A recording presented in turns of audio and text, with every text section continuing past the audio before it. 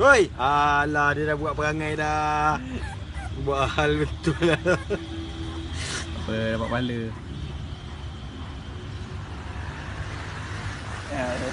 Dia takut kalau kena kacau ni mak dia bawa lari ni.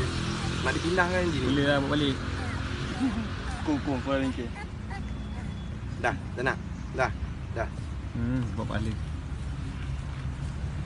Dapat jadi bapak sesuan. Dah bagi dia kokek kenyang.